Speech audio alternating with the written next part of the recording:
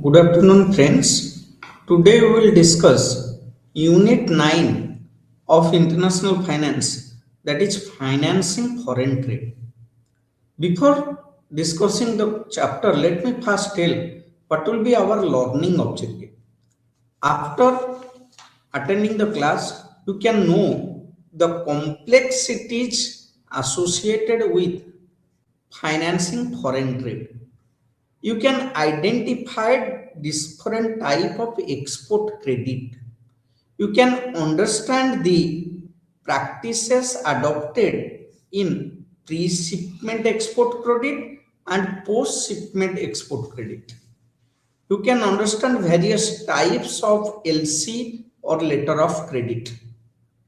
You can know the system of providing export credit, analyze the role of RBI in refinancing export credit, understand the role of Exim Bank. What is Exim Bank? Export Import Bank. That is Exim Bank. You can understand the role of Exim Bank. Then you can know the function of ECGC. What is ECGC? Export Credit Guarantee Corporation. These are the learning objective. How we will discuss the chapters? First, I will give an introduction to the chapter. Next, we will discuss different type of export credits. Next, pre-shipment export credit, post-shipment export credit, type of LCs. LC means letter of credits. Then export credit in foreign currencies. Then refinance from RBI, role of Exim Bank, role of ECGC. We will summarize our discussion. We will have self-assessment question and further reading. This will be our scheme of discussion. Friends, let me first tell you what is an foreign trade.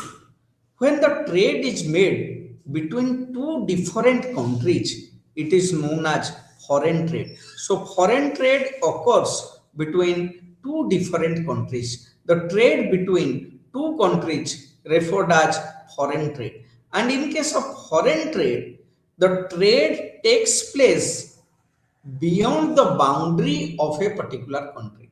The trade takes place beyond the boundary.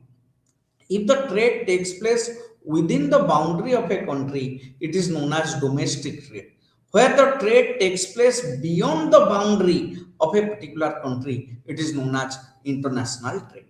Okay. Now, what is financing function in case of international trade? The financing function deals with two things, that is receive payment from buyer and make payment to seller. There are two parties involved in any trade, buyer and seller. And financing system helps in receiving payment from buyer and making payment to seller. And in this case, bills of exchange is normally used. As the bill is used for financing foreign trade, this is known as foreign bill. So, in case of international business, foreign bill play an important role. Now, what are the main difficulties associated with financing international business? These are the four difficulties arise.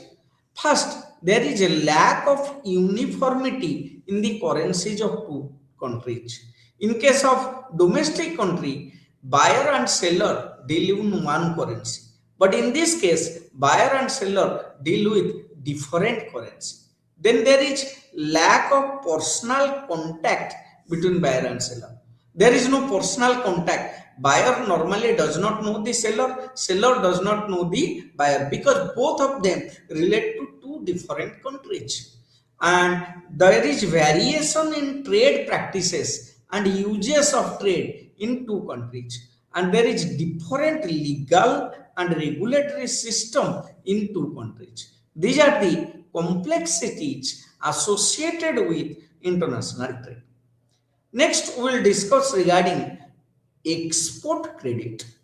What is export credit? Now, what is export credit? When credit facility is provided to exporter. In case of international business, there are two parties. One is importer, another is exporter. Exporters sell goods outside the boundary of a country, and importer purchase goods outside the boundary of a country.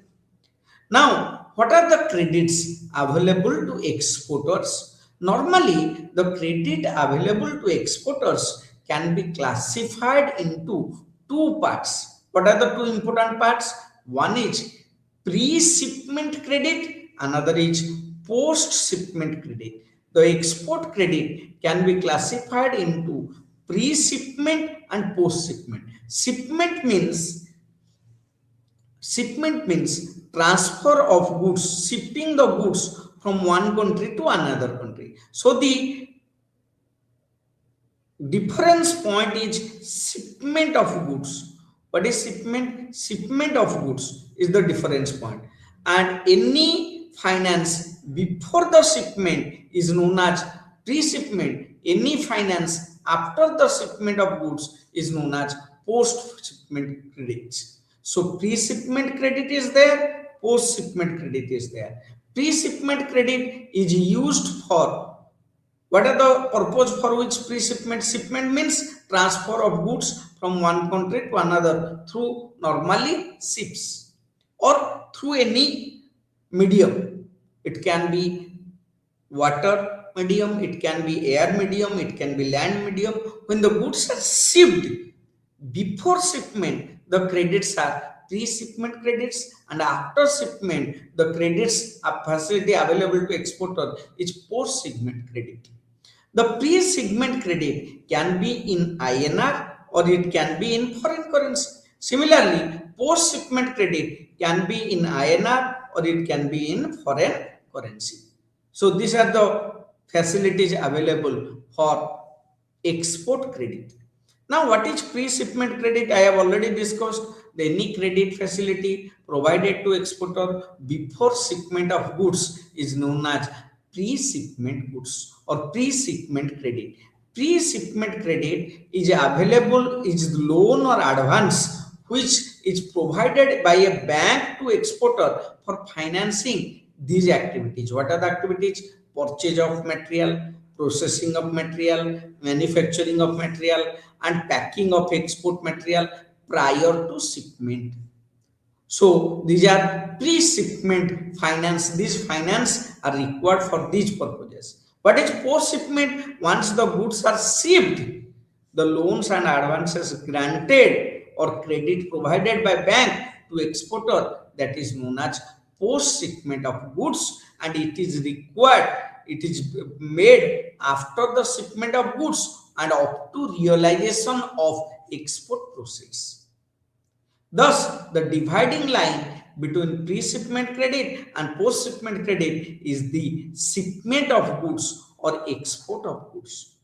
Once post-shipment credit is available, the pre-shipment credit is extinguished. So the pre-shipment credit is extinguished by submission of export bill and connected documents. Okay. Once the export bills are submitted, the pre-shipment credit converted into post-shipment credits. So first we will discuss regarding pre-shipment credit in details. We know that pre-shipment credit is provided to exporter before shipment of goods. Normally, pre-shipment credit is provided to exporter to meet working capital needs. What is working capital needs? These are the things which are required for exporter to buy raw material for the export of goods, or to buy semi-finished goods for export of goods, or to process or manufacture the raw material or semi-finished goods. Okay, these are the case used in for pre-shipment credit. Or procure goods from supplier, pack and dispatch the goods to the port town. These are the activities in which pre-shipment credit funds are used. For obtaining pre-shipment credit, two major documents are required by banks. Banks require these two major documents for pre-shipment, for providing pre-shipment credit to an exporter. First document it required is an irrevocable order of export. The exporter must produce an purchase order which is received by it from for export of goods, and the purchase order must be irrecoverable or irrevocable. Revocable matlab it cannot be cancelled. So there must be an irrevocable order of export of goods from India, and this document must be produced for obtaining pre-shipment credit. And once you sell the goods, what is the guarantee that you will receive the payment? For this, the exporter has to produce another thing, that is letter of credit opened by importer in favor of exporter. So this is known as LC. LC is a guarantee of export payments.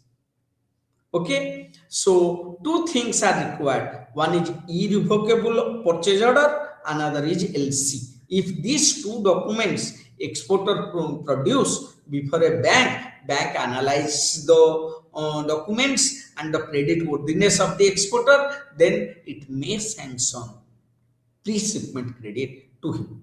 Okay, so this is pre-shipment credit. The pre-shipment credit may be of different type, like packing credit, pre-shipment credit, etc. Next, we will discuss post-shipment credit. What is post-shipment credit? We know that once the goods are shipped, the payment is to be received. Now, how the goods are shipped and payment received? When an Indian exporter ship the goods to the country where it is to be sold, in that case, he prepares certain documents which provide title to the goods. What is the documents providing title to the goods? Anyone who possesses the documents, the goods will be there for they will be the owner of the goods. Those are document of title to the goods. Normally, one such document is bill of lading. Bill of lading. Anybody who possesses bill of lading, he will be the owner of the goods exported. So bill of lading is a document providing title to the goods exported. There are many other documents also. Next, normally goods are exported on when the exporter and importer knows each other. There is a relation already developed between them. They know each other, they trust each other. In that case, they may go for exporting on the basis of DA or DP. What is DA? Document against acceptance. And what is DP? Document against payment. What is document? Document means document providing title to the goods. Bill of lading. Okay, you will get the document. First case, you will get the document. Normally, we know that the payment is made either in cash term or in credit term. There will be cash sale or there will be credit sale. If there is cash sale, if there is credit sale, there will be a concept of bills of exchange. Bills of exchange. And the bills of exchange is drawn by exporter on importer. The bills of exchange is drawn by exporter on importer. And if it is document against acceptance, once the party who import the goods, if he accept the bill of exchange, then the document will be provided to him. That is known as document against acceptance. And document against payment means the documents will be provided to him Documents means document providing title to the goods will be provided to him only after making payments. In case of cash sale, normally we adopt DP method. And in case of credit sale, normally we adopt DA method, provided the importer and exporter must know each other. Am I clear? So, what is document against acceptance and document against payment? Clear. And in this case, the documents are given first case after acceptance of the bill drawn by the exporter on importer. And second case, document against payments. Documents are released to the importer only after he make actual payment of goods. The shipment, the finance available in both cases are different. Now, in this case, first case, when there is credit sale of goods, the finance is provided by purchasing, discounting, or negotiating the export bills. It is provided where credit sale occurs. Credit sale of goods, export goods, credit sale. And if there is cash sale, the finance will be provided by granting advance against bill for collection. Okay, and in case of cash sale, an advance will be provided, but in case of credit sale, the finance will be provided in form of purchasing, discounting, and negotiating the export bills. Okay, so these are the cases of what credit sale and cash sale financing. Okay, now the bills, export bills may be of two types. One is demand bill, another is usance bill. What is demand bill? Demand bill are payable on demand, on presentation before the importer. That means if a demand bill is used only when it is presented, the importer has to make payment. But in case of usance bill, the importer has to make payment after the expiry of a particular period. And in case of premium, period might be maximum for 180 days normally. So the bill, export bills may be demand bill or usance bill. In case of demand bill, the importer make payments only when the bills are presented. As and when it is presented, he has to make payment. But in case of usance bill, the importer has to make payment after the expiry of a particular credit period. Normally, the credit period is maximum 180 days. It can be more than that, but normally 180 days is used. Okay.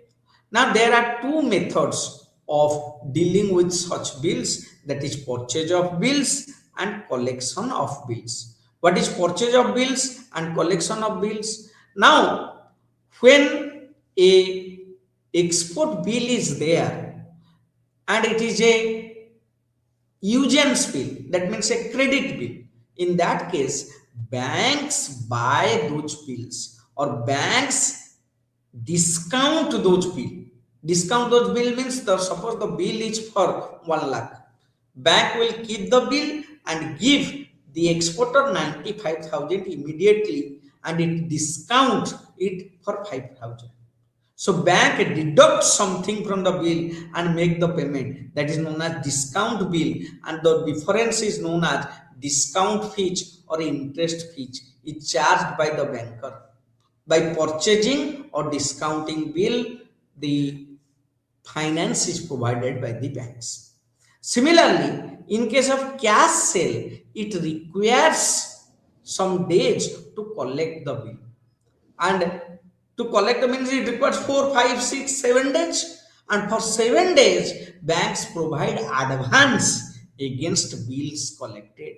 This is known as collection of bill financing. Okay, so this is collection of bill and another is discounting of bill. We have discussed. Next, we are discussing regarding letter of credit. What is LC? We will discuss the concept of LC, letter of credit. Now, what is an LC, letter of credit? You know that the demand bill, DA bill or DP bill, DA bill or DP bills are used. DA bill and DP bills are used only when there is a trust relationship already developed between buyer and seller. Okay, buyer and seller means exporter and importer, DA bill or DP bill. But if buyer and seller does not know each other, there is no reliable information on buyer and seller. In that case, apart from DA bill and DP bill, another important document is required for export of goods, that is known as LC, letter of credit. Letter of credit is just like a bank. In that case, a bank gives guarantee that the importer will make payment for the bill. How bank gives guarantee? Banks gives guarantee in form of LC. What is an LC? LC is an undertaking by the bank. How the undertaking is? If the importer does not pay, I will pay. That is LC.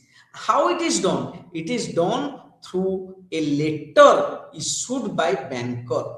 So LC is a letter issued by a banker of the buyer. Buyer means importer, at the latter's request in favor of seller or exporter, informing him that the issuing banker undertakes, it is an undertaking, to accept the bill drawn in respect of export made to the buyer specified there.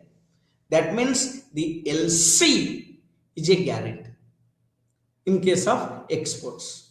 In that case, the bank give an undertaking that he is ready to accept the bill drawn by exporter on importer. Okay. So in this case, the importer is an applicant of LC. The exporter is the beneficiary of the LC.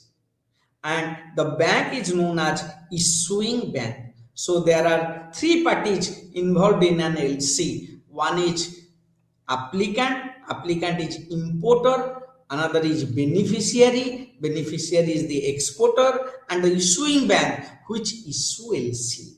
LC is required along with bills, DA bill or DP bill. DP bill, in case of DA bill, LC is required. In case of DP bill, normally we do not call for LC, because we also call for LC, because what happens? LC is a guarantee. If the parties know each other, they will not thrust upon LC. But if the parties do not know each other, they will thrust upon LC. They will bring bank into picture, importers bank into picture. There are different type of LC. One is documentary LC, another is clean LC. What is documentary LC? What is clean LC? When LC contains documents of title to the goods, LC plus document of titles to the goods. What are the documents? We have told one important document is bill of lading, another important document is insurance policy, invoice, consular invoice, certificate of origin. All these are document of title to the goods. If these are attached with the LC, it is known as documentary LC. If it is not attached, it is a clean LC. So there are two types of LC: documentary LC, clean LC. Another type is fixed credit LC, revolving credit LC. What is fixed credit LC? In case of fixed credit LC, the LC specified the amount to which one or more bills may be drawn by the beneficiary within the specified period of time. And in case of revolving credit LC, the LC specifies total amount up to which bill drawn may remain outstanding at a time. Next, revocable LC and irrevocable LC. Revocable means cancelable. If the LC can be cancelled by the bank at any time, that is known as revocable LC. Okay, the opening banker reserves the right to cancel the LC at any time without giving notice. But if there is no such right, that is known as irrevocable LC. Confirmed LC, unconfirmed LC. What is confirmed LC? When the importer bank issues LC after confirming with the exporter bank, that is known as confirmed banker LC. Otherwise, it is unconfirmed LC. Next, there is with and without recourse credit LC. What is with recourse crediting LC? With recourse crediting bills, as the holder of the bill, in this case, the holder of the bill can recover obligations. But without recourse credit, the issuing banker will have recourse to drawee only. These are different types of LCs. So LC is just like a bank guarantee. We know the following bills are required in case of import and exports. First one is invoice, another is bill of lading, another is marine insurance policy, another is certificate of origin. These are different important documents which provide title to the goods. Title to the goods. Documents providing title to the goods. Title means ownership. Okay. Next, export credit in foreign currency. So we are discussing regarding export credit. The export credit may be provided in Indian currency, or the export credit may be provided in foreign currency. If export credit is provided in foreign currency, the regulating bank or the central bank's permission is required. In India, central bank is Reserve Bank of India. So in India, RBI should give permission for providing export credit in foreign currency. Normally, RBI provide this permission to authorized dealers. They can provide post-shipment credit or pre-shipment credit in foreign currencies. Normally, these are the 5 important currencies in which the foreign currency credit, export credit are provided. One is US dollar, another is pound sterling, another is Japanese yen, another is euro. These are another is Chinese yuan or renminbi. These are the currencies in which export credit is provided by authorized dealers to different exporters. Next, we will discuss a concept called refinance from Reserve Bank of India. What is refinance from Reserve Bank of India? Now you know that each and every country wants to export more and more goods and services. They want to export more and import less. So every country try to promote export. Okay, in order to promote export from country and to increase competitiveness of Indian exporter, RBI provide refinance to commercial banks on a concessional rate. What is refinancing? RBI tells commercial banks, you provide export credit, and the amount of export credit you finance to exporter, you can refinance from me. You can refinance, or you can take a loan from RBI and finance. But if the case is first you have to finance, then you have to refinance. That means there are 3 parties: exporters, then commercial bank, then RBI. Commercial banks finance exporters and they refinance it from RBI. So their capital is not hampered. They finance and they refinance from RBI. Okay. And section 17(3) of RBI Act empowers Reserve Bank of India to advance any scheduled bank or promise against its promissory note or fixed deposit for a period of less than 180 days. Therefore, normally export finance is provided maximum for 180 days. Okay, because refinance facility is normally available for 180 days. Now, what is the extent of refinance? The extent of refinance is equivalent to normally 15% of the outstanding export credit. Normally, RBI has introduced a gold card scheme for exporter. For promoting exporter, RBI has introduced a gold card. What is gold card scheme? How it is introduced? Now, gold card scheme is for credit worthy exporters. What is credit worthy exporter? Who has a good record of accomplishment of easy availability of export credit at best term. If you are an exporter, you are credit worthy and you have a good track record, you can apply for gold card.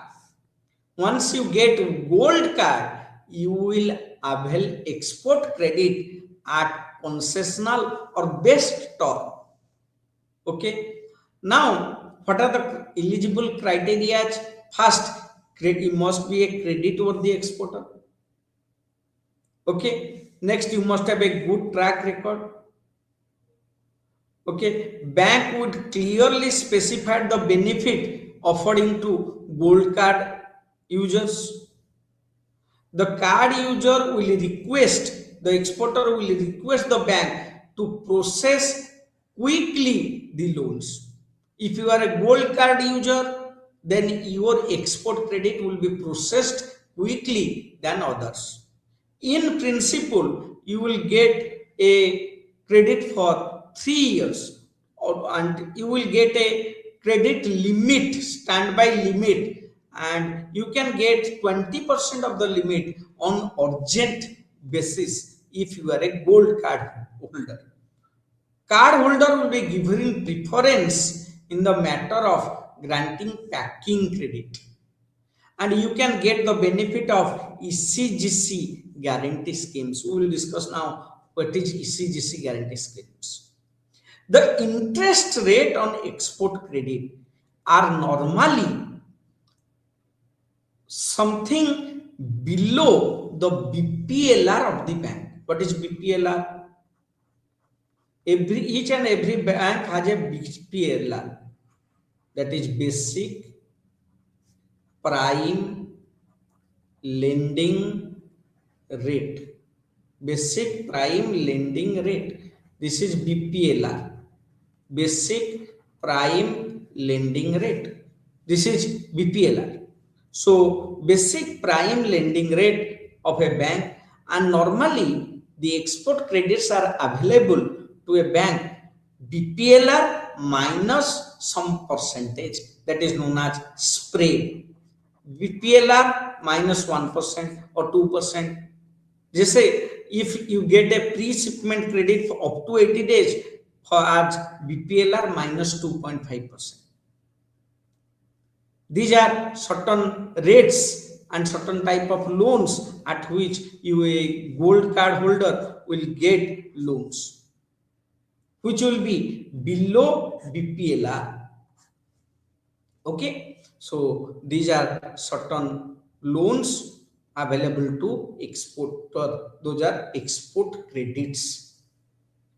Next, we will discuss the concept of Exim Bank. What is the role of Exim Bank in providing export credit?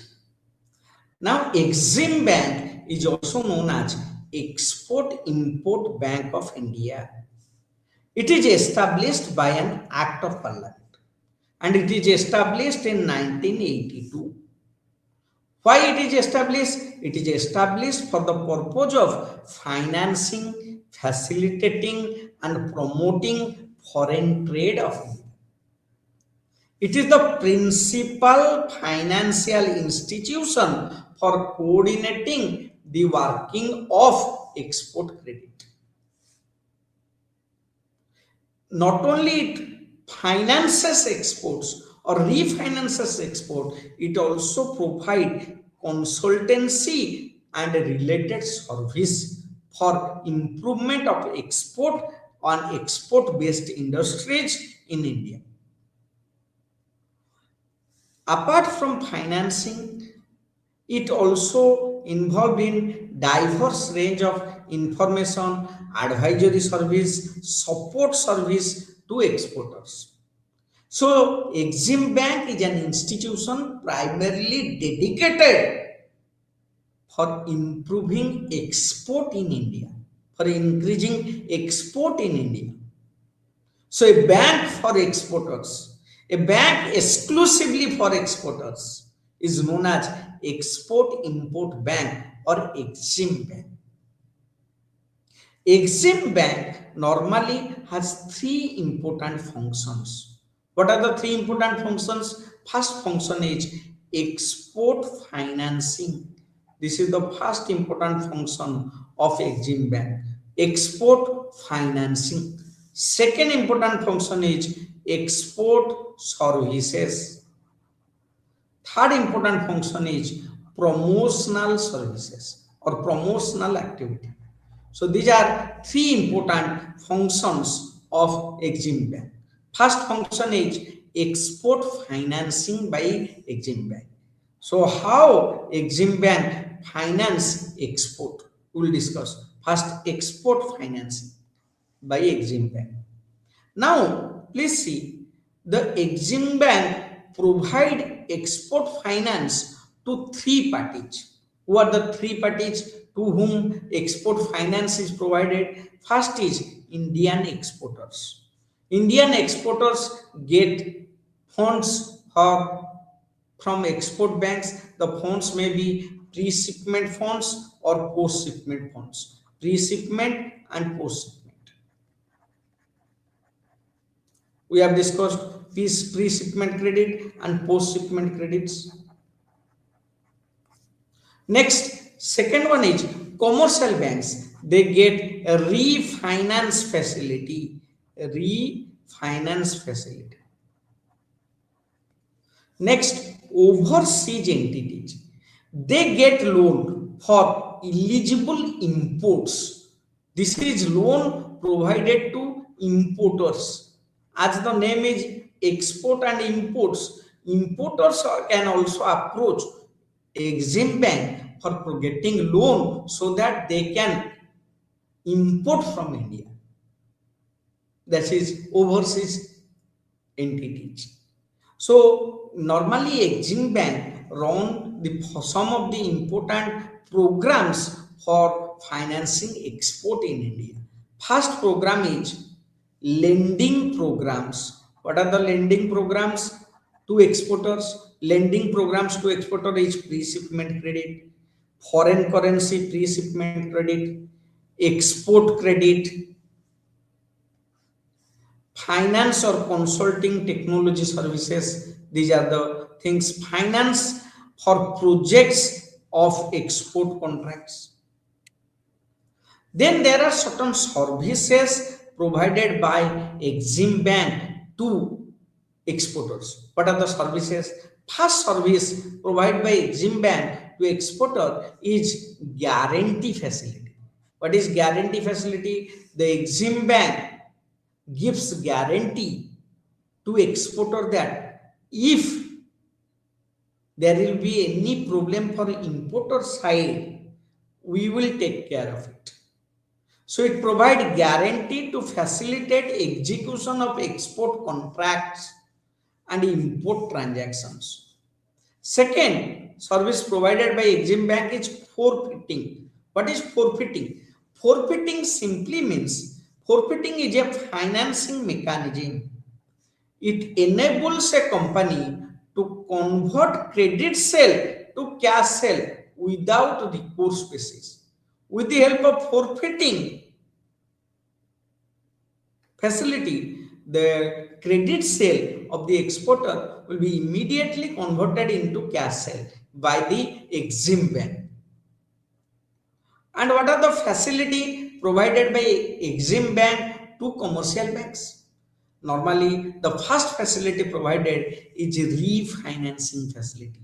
That is rediscounting the export bills and refinance of export or suppliers credit. These are the facilities provided. Next, what are the facilities provided to overseas entities?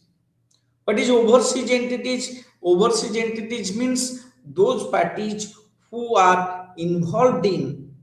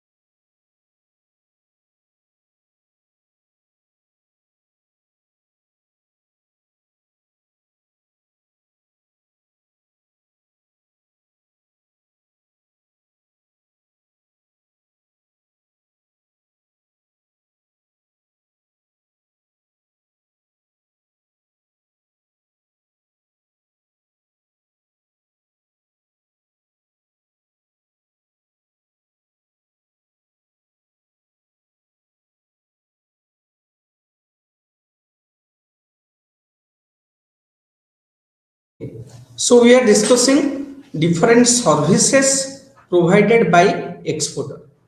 What are the services provided by exporter? First service is guarantee facilities. Normally, Exim Bank provide guarantees. What's guarantees? The guarantees to facilitate execution of export contracts and import transactions. Okay, it provide guarantee that the export contracts and import transactions will be facilitated, it will be guaranteed, it will be obliged. Second important service provided is forfeiting. What is forfeiting? Forfeiting is a financing mechanism. It enables a company to convert credit sale to cash sale. That means with the help of forfeiting facility, the Exim Bank sale convert the credit sale of exporter to cash sale. Okay, next third important function provided by Exim Bank to commercial banks. Normally, commercial banks provide export credit, and Exim Bank provide refinance facility to the commercial banks. What is refinance facility? Refinance facility simply means export bill rediscounting facility. Export bill rediscounting facility and refinance of export or suppliers credit facilities. Next, third one is facility to overseas entities. What is overseas entities? Overseas entities means importers. Though importers may be overseas buyers or overseas financial institutions. The overseas buyers or overseas financial institution may approach Exim Bank for the purpose of providing loan to them so that they can import goods from India. So it's a indirect way of boosting export from India. Okay, for boosting export. In this case, Exim Bank provide import loans to overseas buyer and financial institution. The loans may be of two types. First is buyer's credit. What is buyer's credit? In case of buyer's credit, the Exim Bank import provide credit to overseas buyer to import eligible goods from India. So it is given to individuals buyer's credit. But there is another type of credit, that is lines of credit. In this case, Exim Bank gives loan to overseas financial institution, foreign financial institution, or foreign government or foreign agency. They can approach Exim Bank to give them loan so that they can import eligible goods from India. Let's take an example. One African government is there. African country government approaches Indian Exim Bank to provide some loan to African government so that it can import garments from India. So it's a way of indirectly boosting exports of India through providing loans to overseas financial institutions and overseas buyers to import eligible goods from India. This is the function of Exim Bank. Next, we will discuss the function of ECGC. ECGC is another important institution associated with boosting credit in India. ECGC simply refers to Export Credit Guarantee Corporation of India. ECGC is a wholly owned company or corporation by Government of India. But it is not a lending institution. It's not provide funds. So what it does? It helps the exporter to obtain finance from commercial banks. The ECGC is a just like an insurance company. It provides export insurance. So it issue insurance policy to exporter, which will cover what risk, which will cover two important risk of exporter, that is commercial risk and political risk. Let's take an example. Suppose an Indian exporter export goods to Bangladesh, but there is a political unrest in Bangladesh, so exporter's money is lost. But the exporter should take a export insurance from ECGC, and in that case, if there is a political risk, political turmoil in Bangladesh, it will get back its money. Next, issuing financial guarantees. So ECGC issue insurance policy, ECGC issue financial guarantee to banks to cover the risk. So it's normally act like an insurance company. So for this, the ECGC charge insurance premium, and the premiums are very low as possible. So ECGC play an important role in financing export from India. Normally ECGC provide four functions. First function is credit insurance policies. It sell credit insurance. Second function is maturity factoring. Third function is guarantee to banks. Fourth function is special schemes. So first function we'll discuss credit insurance policies. ECGC sell credit insurance policy of exports. Export insurance, which cover political risk. The different type of insurance policies which are sold by ECGC are like follows. First one is standard policy. This is the most important comprehensive policy which cover the following type of risk. First risk is commercial risk. What is commercial risk? Insolvency of the banker, default by the buyer failure to accept the goods.